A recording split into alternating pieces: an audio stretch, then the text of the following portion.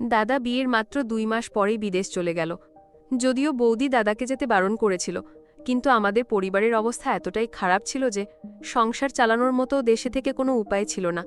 তাই বাধ্য হয়ে দাদাকে বিদেশে পাড়ি জমাতে হয়, তাও আবার আমাদের কিছু জমি বিক্রি করে।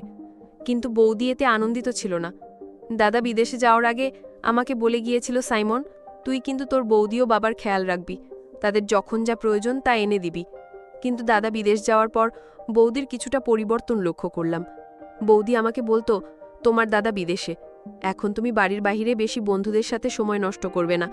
তোমার দাদা খুব কষ্ট করে তোমার লেখাপড়ার খরচ দিচ্ছে। বৌদি আমাকে বলতো, তুমি যদি আমার কথার অবাধ্য হও তাহলে কিন্তু আমি এ বাড়ি ছেড়ে চলে যাব।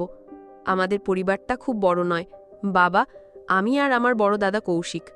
মা মারা গেছেন অনেক বছর আগে, তার আবছা স্মৃতিটুকু ছাড়া আমার আর কিছুই মনে নেই।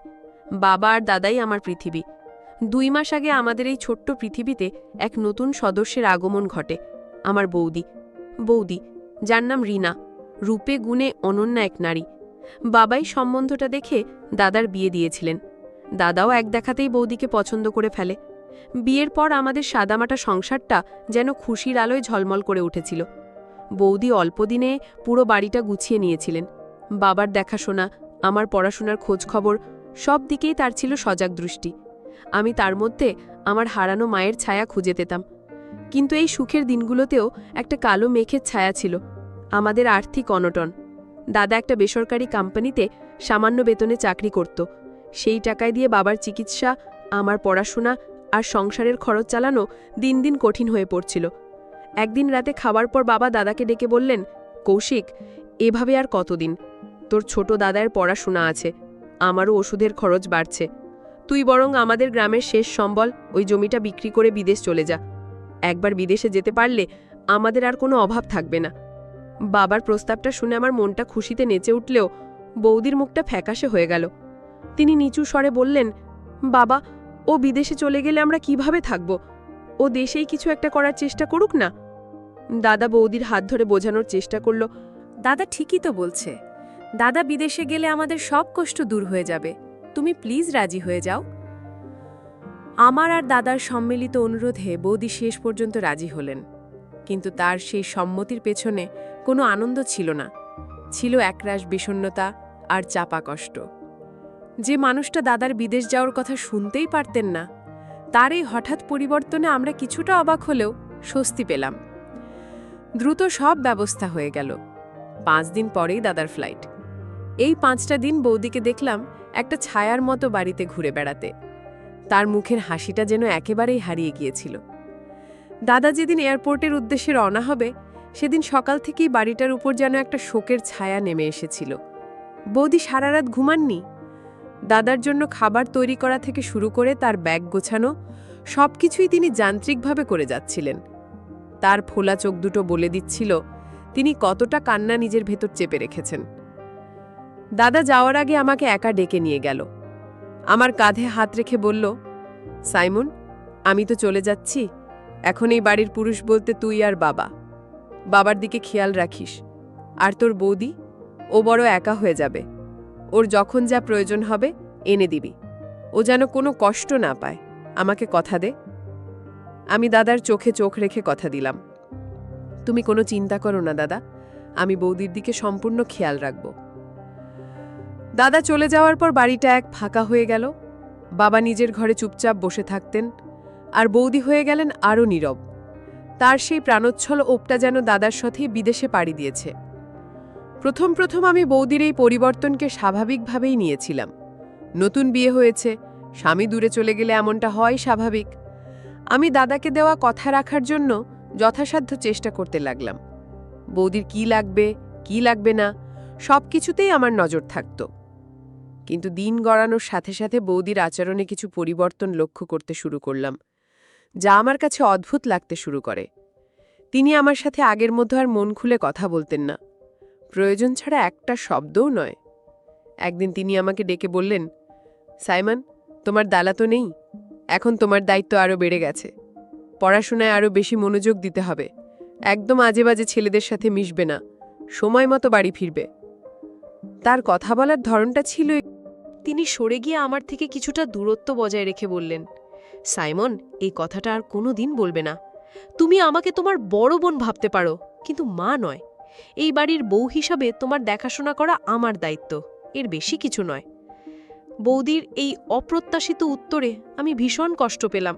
আমি শ্রদ্ধার সাথেই তো কথাটা বলেছিলাম, তাহলে তিনি এভাবে প্রতিক্রিয়া দেখালেন কেন?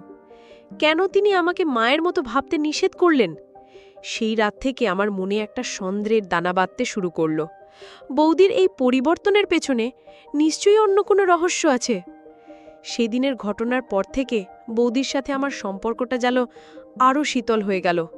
তিনি আমার সাথে দূরত্ব বজায় রেখে চলতে শুরু করলেন। আমি তার এই আচরণের কোনো কারণ খুঁজে পাচ্ছিলাম না। আমার মনে হতে লাগলো, দাদা চলে যাওয়ার পর বৌদি হয়তো আর এই সংসারে থাকতে চাইছেন না। হয়তো তিনি আমাকে বোঝা মনে করছেন। আমার সন্দেহটা আরও ঘনীভূত হলো যখন তিনি আমার গতিবিধির ওপর কড়া নজরদারি শুরু করলেন। আমি কখন কলেজ থেকে ফিরছি, কাদের সাথে মিশছি, কোথায় যাচ্ছি, সব কিছুতেই তার ছিল তীক্ষ্ণ দৃষ্টি। আমি যদি বন্ধুদের সাথে একটু বেশি সময় বাইরে কাটাতাম, বাড়ি ফেরার পর তার কঠিন জেরার মুখে পড়তে হতো। এতক্ষণ কোথায় ছিলে? তোমার না পড়ার চাপ আছে? এই ধরনের প্রশ্ন তার মুখে লেগেই থাকত। আমার ব্যক্তিগত স্বাধীনতায় এই ধরনের হস্তক্ষেপ আমার একদমই ভালো লাগছিল না। আমার মনে হতে লাগলো, বৌদি আমাকে শাসন করার নামে আসলে কষ্ট দিচ্ছেন। তিনি হয়তো চাইছেন আমি অতিষ্ঠ হয়ে বাড়ি থেকে চলে যাই, আর তাহলে তিনি এই সংসারটা নিজের মতো করে চালাতে পারবেন। একদিন আমার এক বন্ধু একটা অনুষ্ঠানে যাওয়ার জন্য জোর করছিল। আমি বৌদির কাছে অনুমতি চাইতে গেলে তিনি সরাসরি না করে দিলেন। না, তোমার কোথাও যাওয়ার দরকার নেই, বাড়িতে বসে পড়াশোনা করো, তার সংক্ষিপ্ত উত্তর। আমি প্রতিবাদ করে বললাম, কেন যাব না? আমার সব বন্ধুরা যাচ্ছে, আমি ঘরে বসে থেকে কি করব? আমি যা বলেছি তাই হবে, বেশি কথা বলবে না। বৌদির গলায় ছিল চূড়ান্ত আদেশের সুর। আমি সেদিন দুঃখে অপমানে নিজের ঘরের দরজা বন্ধ করে বসে রইলাম। আমার মনে হলো, এই বাড়িতে আমার কোনো মূল্যই নেই। দাদা থাকলে আজ এমনটা হতো না। বৌদি দাদার অনুপস্থিতি সুযোগ নিচ্ছেন। পরিস্থিতি চরমে উঠল সেদিন, যেদিন বৌদি হঠাৎ করে ঘোষণা করলেন যে তিনি কয়েকদিনের জন্য তার বাবার বাড়ি যেতে চান।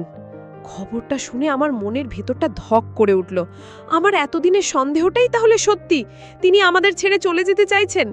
আমি তার ঘরে গিয়ে বললাম, তুমি হঠাৎ করে বাবার বাড়ি যাওয়ার কথা বলছো কেন? তুমি কি আর ফিরবে না? বৌদি আমার দিকে সরাসরি না তাকিয়ে বললেন, কেন ফিরবো না? কয়েকদিনের জন্যই তো যাচ্ছি। না, আমি প্রায় চিৎকার করে বললাম, তুমি যেতে পারবে না। দাদা আমাকে তোমার খেয়াল রাখার দায়িত্ব দিয়ে গেছে। তুমি চলে গেলে আমি দাদাকে কি জবাব দেব? আমার কথা শুনে বৌ আমার দিকে ফিরলেন। তার চোখে মুখে ছিল এক অদ্ভুত কঠোরতা। তিনি বললেন, দেখো সাইমন, আমি তোমার সাথে কোনো ঝামেলা করতে চাই না।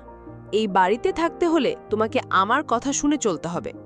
তুমি যদি আমাকে তোমার মায়ের আসনে বসানোর চেষ্টা করো কিংবা আমার কথার অবাধ্য হও, তাহলে আমার পক্ষে এখানে থাকা সম্ভব নয়। তখন আমাকে স্থায়ীভাবেই বাবার বাড়ি চলে যেতে হবে। তিনি আবারও সেই মা প্রসঙ্গটা তুললেন। তার এই হুমকি আমার মনে সন্ধ্যের আগুনকে আরও উস্কে দিল। কেন কেন তিনি আমার এই শ্রদ্ধার সম্পর্কটাকে এত ভয় পাচ্ছেন? কেন তিনি আমাকে নিয়ন্ত্রণে রেখে এই বাড়ি ছেড়ে চলে যাবার হুমকি দিচ্ছেন? আমার মন বলছিল, এর পেছনে নিশ্চয়ই কোনো গভীর এবং অশুভ উদ্দেশ্য লুকিয়ে আছে। বৌদি, আপনি আমার বড় বোনের মতো, আপনার কোনো কথাই আমি আর অমান্য করব না। আমাকে শুধু একটা সুযোগ দিন, আমি প্রমাণ করে দেব যে আমি আপনার সব কথা শুনব। আমার আকুতি দেখে বৌদির কঠোর মুখটা একটু নরম হলো। তিনি একটা দীর্ঘশ্বাস ফেলে বললেন, ঠিক আছে, এটাই তোমার শেষ সুযোগ। এরপর এমন কিছু হলে আমি কিন্তু আর এক মুহূর্ত এই বাড়িতে থাকব না। সেদিন থেকে আমি নিজেকে পুরোপুরি বদলে ফেলার চেষ্টা করলাম।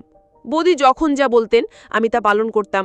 বন্ধুদের আড্ডা এড়িয়ে চলতাম, সময় মতো বাড়ি ফিরতাম, পড়াশোনায় আগের চেয়ে অনেক বেশি মনোযোগী হয়েছিলাম। আমার এই পরিবর্তনে বাড়ির পরিবেশটা আবার কিছুটা শান্ত হলো। বৌদিও আমার সাথে আগের চেয়ে কিছুটা স্বাভাবিকভাবে কথা বলতে শুরু করলেন। কিন্তু আমার মন থেকে সন্ধে কাটাটা পুরোপুরি উপড়ে ফেলতে পারলাম না। আমার মনে হতো, বৌদি হয়তো কোনো বড় পরিকল্পনা করছেন।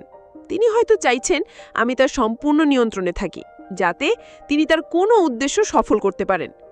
তিনি কি দাদার পাঠানো টাকা আত্মসাৎ করার চেষ্টা করছেন, নাকি এই বাড়িটা বিক্রি করে দেওয়ার কোনো ফন্দি আটছেন, নাকি অন্য কিছু? ঠিক বুঝতে পারছিলাম না। নানা রকম কুচিন্তা আমার মাথায় ঘুরপাক খেত। একদিন রাতে দাদার ফোন এলো। দাদা সাধারণত আমার সাথে বেশি কথা বলতো, কিন্তু সেদিন তিনি বৌদির সাথে কথা বলতে চাইলেন। বৌদি ফোন নিয়ে নিজের ঘরে চলে গেলেন এবং দরজা বন্ধ করে দিলেন। আমি দরজার বাইরে কান পেতে তাদের কথা শোনার চেষ্টা করলাম। আমি শুনতে পেলাম বৌদি নিচু স্বরে দাদাকে বলছেন, তুমি একদম চিন্তা করো না, আমি সাইমনের দিকে খেয়াল রাখছি, ও এখন অনেক ভালো হয়ে গেছে, পড়াশোনায় মন দিয়েছে, তোমার স্বপ্ন আমি ওকে দিয়ে পূরণ করাবই। দাদার স্বপ্ন? কি এমন স্বপ্ন যা আমি জানি না? আর সেই স্বপ্ন পূরণের সাথে বৌদির এই কঠোর আচরণের কি সম্পর্ক? আমি কোনোভাবেই মেলাতে পারছিলাম না। আমি সিদ্ধান্ত নিলাম, যেভাবেই হোক এই রহস্যের শেষ আমি দেখব। আমি বৌদির ওপর গোপনে নজর রাখতে শুরু করলাম। তিনি কখন কি করেন, কার সাথে ফোনে কথা বলেন, সব কিছুই আমি লক্ষ্য করতাম। কিন্তু সন্দেহজনক কিছুই আমার চোখে পড়ল না। তিনি বাড়ির কাজ আর আমার দেখাশোনার বাইরে তেমন কিছুই করতেন না। একদিন বিকেলে বাড়ি ফিরে দেখি বৌদি দাদার পুরনো ট্রাঙ্কটা খুলে কী সব কাগজপত্র নাড়াচাড়া করছেন। আমাকে দেখেই তিনি ট্রাঙ্কটা বন্ধ করে ফেললেন। তার এই তড়িঘড়ি আচরণ আমার সন্দেহকে শতগুণ বাড়িয়ে দিল। আমি সরাসরি তাকে জিজ্ঞাসা করলাম, দাদার ট্রাঙ্কে কি করছিলে বৌদি? কোনো কিছু লুকাচ্ছ আমার থেকে? আমার প্রশ্নে বৌদি চমকে উঠলেও নিজেকে সামলে নিলেন। তিনি শান্ত গলায় বললেন, তেমন কিছু না, পুরনো কিছু কাগজপত্র দেখছিলাম। কিসের কাগজপত্র, আমাকে দেখতে পারি? আমি প্রায় জেদের সুরেই বললাম, সাইমন, তুমি সীমা ছাড়িয়ে যাচ্ছ। বৌদির গলা আবার কঠোর হয়ে উঠল। সব বিষয়ে তোমার নাক গলানো আমি পছন্দ করছি না। এই কথা বলে তিনি ঘর থেকে বেরিয়ে গেলেন। কিন্তু আমি স্থির করে ফেলেছিলাম, আজ আমি ট্রাঙ্কটা খুলে দেখবই। বৌদি যখন রান্নাঘরে ব্যস্ত ছিলেন, আমি ঘরে ঢুকে ট্রাঙ্কটা খুললাম। ভেতরে দাদার পুরনো জামা কাপড়, সার্টিফিকেট আর কিছু ডায়েরি ছিল। আমি একটা ডায়েরি হাতে তুলে নিলাম। এটা দাদার লেখা ডায়েরি। আমি পাতা উল্টাতে লাগলাম। এক জায়গায় এসে আমার চোখ আটকে গেল। দাদা লিখেছে, আজ বাবার সাথে অনেক কথা হলো। তিনি চান আমি জমি বিক্রি করে বিদেশ চলে যাই। হয়তো এটাই করতে হবে। নিজের পড়াশোনাটা শেষ করতে পারিনি, অল্প বয়সে সংসারের হাল ধরতে হয়েছে। এই আফসোসটা আমার সারা জীবন থেকে যাবে। কিন্তু আমি চাই না আমার দাদায়ের জীবনটাও আমার মতো হোক। সাইমন খুব মেধাবী। আমি স্বপ্ন দেখি ও একদিন অনেক বড় ইঞ্জিনিয়ার হবে। ওর পড়াশোনার খরচের জন্যই আমাকে বিদেশে যেতে হবে। আমি চলে গেলে ওর দিকে কে খেয়াল রাখবে? এই চিন্তাটা আমাকে কুঁকড়ে খাচ্ছে। গ্রামের পরিবেশ ভালো না, সঙ্গদোষে অনেক ভালো ছিলেও নষ্ট হয়ে যায়। ডায়েরির পরের পাতায় লেখা ছিল, আজ রিনার সাথে কথা বললাম। ওকে আমার স্বপ্নের কথা জানিয়েছি।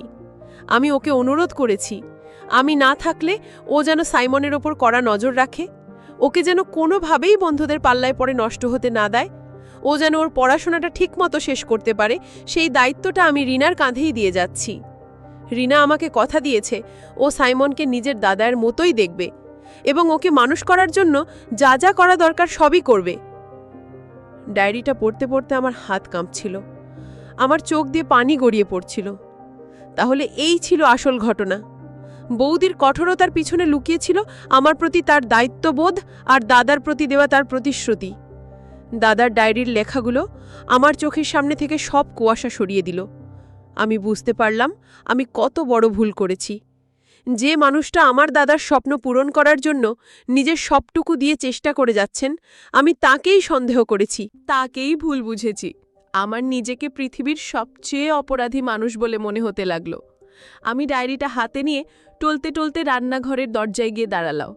বৌদি আমাকে ওই অবস্থায় দেখে ছুটে এলেন। কি হয়েছে সাইমন, তোমার শরীর খারাপ লাগছে? আমি তার কোনো কথার উত্তর দিতে পারলাম না, শুধু ডায়েরিটা তার সামনে মেলে ধরলাম আর কান্নায় ভেঙে পড়লাম। বৌদি, আমাকে ক্ষমা করে দিন, আমি কাঁদতে কাঁদতে বললাম। আমি আপনাকে ভুল বুঝেছি, আমি আপনাকে অনেক কষ্ট দিয়েছি, আমি একজন অকৃতজ্ঞ অপরাধী। ডায়েরিটার দিকে তাকিয়ে বৌদি সব বুঝতে পারলেন। তার চোখ দুটোও পানিতে ভরে উঠল। তিনি বললেন, কাঁদছিস কেন বোকা ছেলে? এতে তোর কোনো দোষ নেই। আমি হয়তো তোমাকে ঠিকমতো বোঝাতে পারিনি। না বৌদি, দোষ আমারই। আমি বুঝতে পারিনি আপনার শাসনের আড়ালে এতখানি ভালোবাসা আর দায়িত্ববোধ লুকিয়েছিল।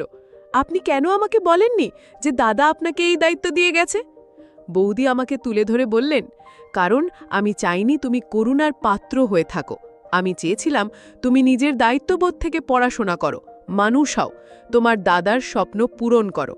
তোমাকে মা বলে ডাকতে নিষেধ করেছিলাম, কারণ মা অনেক সময় সন্তানের আবদার ফেলতে পারেন না, কিন্তু একজন বড় বোন বা অভিভাবক কঠোর হতে পারেন। তোমার ভালোর জন্যই আমাকে এই কঠিন পথটা বেছে নিতে হয়েছিল। তার কথা শুনে আমার শ্রদ্ধায় ভালোবাসায় মাথা নত হয়ে এলো। আমি বুঝতে পারলাম দাদা আমার জন্য একজন দেবীর মতো বৌদি রেখে গেছেন, যিনি শুধু আমার সংসারের দায়িত্ব নেননি, আমার ভবিষ্যতের দায়িত্ব নিজের কাঁধে তুলে নিয়েছেন। সেদিন থেকে আমাদের সম্পর্কটা বদলে গেল। আমি আর তাকে ভয় পেতাম না, বরং আগের চেয়ে অনেক বেশি শ্রদ্ধা করতাম। তার প্রতিটি নির্দেশের পেছনের কারণটা আমি তখন বুঝতে পারতাম। আমি পড়াশোনায় মন দিলাম, কারণ আমি জানতাম আমার সফলতার সাথে জড়িয়ে আছে আমার দাদার স্বপ্ন আর আমার বৌদির প্রতিশ্রুতি। এই গল্পটি আমাদের শেখায় যে আমরা প্রায়শই মানুষের বাহ্যিক আচরণ দেখে তাদের বিচার করে ফেলি, কিন্তু প্রতিটি আচরণের পেছনে একটি উদ্দেশ্য বা কারণ থাকে যা আমরা হয়তো জানি না। কোনো সম্পর্কের ভিত্তি হলো বিশ্বাস এবং বোঝাপড়া। কঠোর শাসনের আড়ালেও অনেক সময় গভীর স্নেহ এবং মঙ্গল কামনা লুকিয়ে থাকতে পারে।